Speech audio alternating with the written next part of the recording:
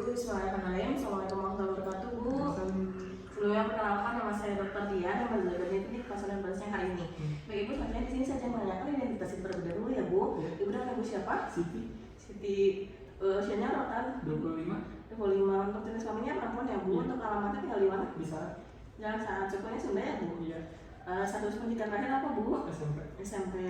Baik Ibu, selanjutnya di sini saya ingin menanyakan beberapa hal untuk memastikan dari diagnosis Ibu. Mungkin ada sedikit panjangan atau Ibu bersedia? Bersedia. Baik Ibu, selanjutnya Ibu sebelumnya sudah menikah atau belum Bu? Sudah. Sudah.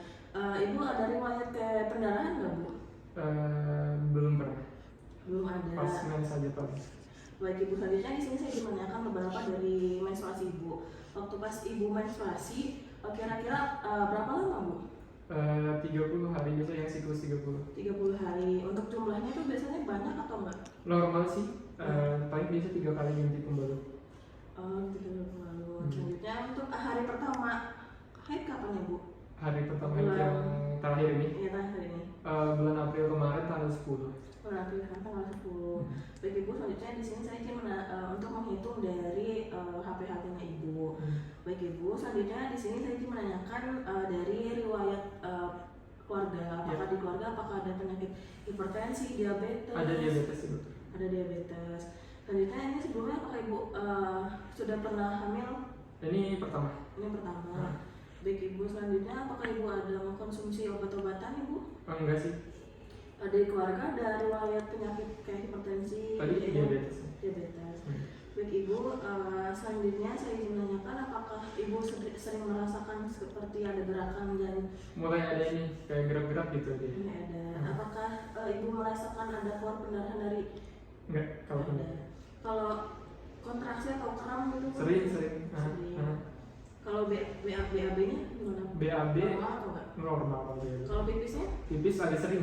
Ada sering. Baik ya, Ibu, selanjutnya apakah di daerah tungkai atau kaki ada ngerasa bengkak gitu? Enggak sih.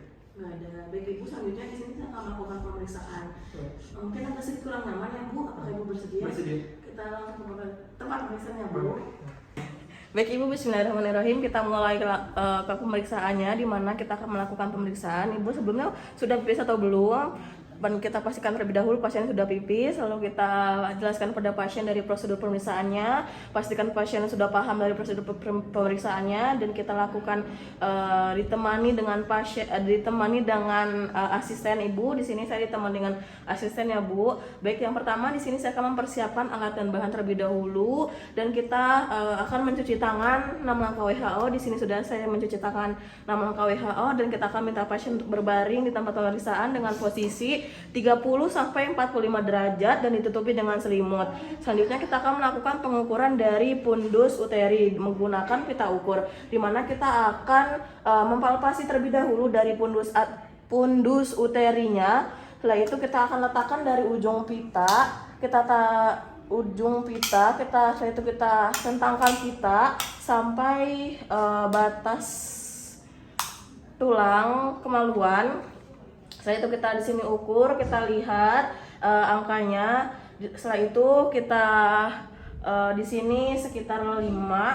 Setelah itu kita akan melakukan pengukuran yang kedua kalinya, di mana nanti akan diambil dari rata-rata untuk pengukuran dari tinggi pundus uterinya. Selanjutnya di sini saya akan melakukan pemeriksaan Leupolit 1, di mana kita akan melakukan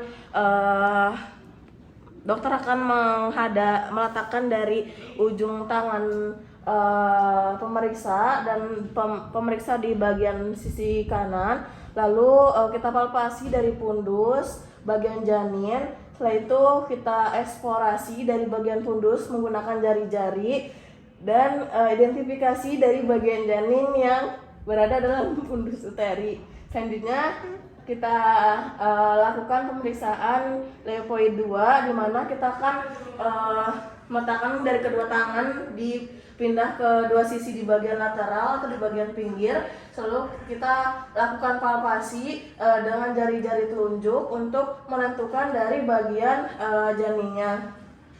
Selanjutnya di bagian punggung akan terasa atau teraba yang keras dan resisten. Setelah itu di ekstremitas teraba bagian-bagian kecil irregular dan mudah digerakkan.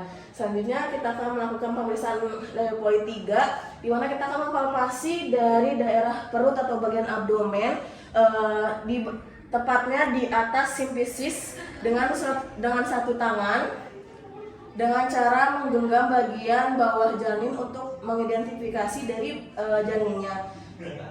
Terasa untuk di bagian kepala itu teraba massa bulat dan keras, di bagian bokong itu terasa bulat, lembut dan asimetris. Selanjutnya kita akan melakukan pemeriksaan Leopold 4, di mana kita akan pemeriksa akan menghadap ke kaki pasien. Selanjutnya akan meletakkan dari kedua telapak tangan bagian bawah uterus dengan ujung jari di kedua tangan bagian pelvis. Setelah itu di bagian konvergensnya, jika kedua ujung jari tangan dapat bertemu, artinya dari sebagian bawah janin belum masuk pintu atas panggul atau sejajar H2 H3. Selanjutnya untuk di vergennya, dia jika kedua ujung jari tidak dapat bertemu, artinya bagian bawah janin sudah masuk pintu atau panggul. Selanjutnya kita akan melakukan auskultasi menggunakan stetoskop monarula, di mana kita akan menggunakan tangan yang tidak dominan untuk mengambil dari stetoskopnya. Setelah itu kita akan mengidentifikasi dari bunyi auskultasinya atau DJJ-nya, denyut jantung janin, kita dengarkan. Selanjutnya jika tidak terdengar,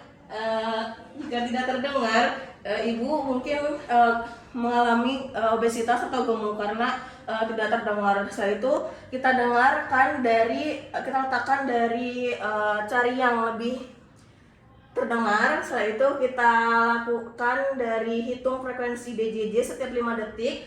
Setelah itu lakukan sebanyak 3 kali dengan interval masing-masing 5 detik dengan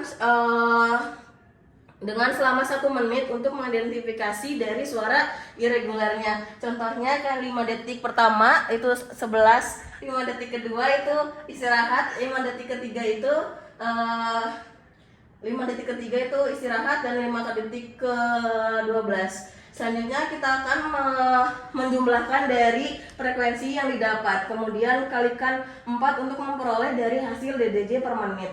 Selanjutnya kita akan meletakkan dari alat-alatnya. Setelah itu kita akan katakan kepada pasien, alhamdulillahirrahmanirrahim Bu, untuk pemeriksaannya sudah selesai. Di sini untuk kesimpulan dari diagnosanya yaitu G1P0A0, gravida 31 minggu, tunggal, letak kepalanya terkisar persalinan HPL-nya 12 Juli 2025. Selanjutnya alhamdulillahirrahmanirrahim, di sini saya akan mencuci tangan menggunakan nama langkah WHO. Baik Ibu, apakah sudah ditanyakan? Assalamualaikum warahmatullahi wabarakatuh.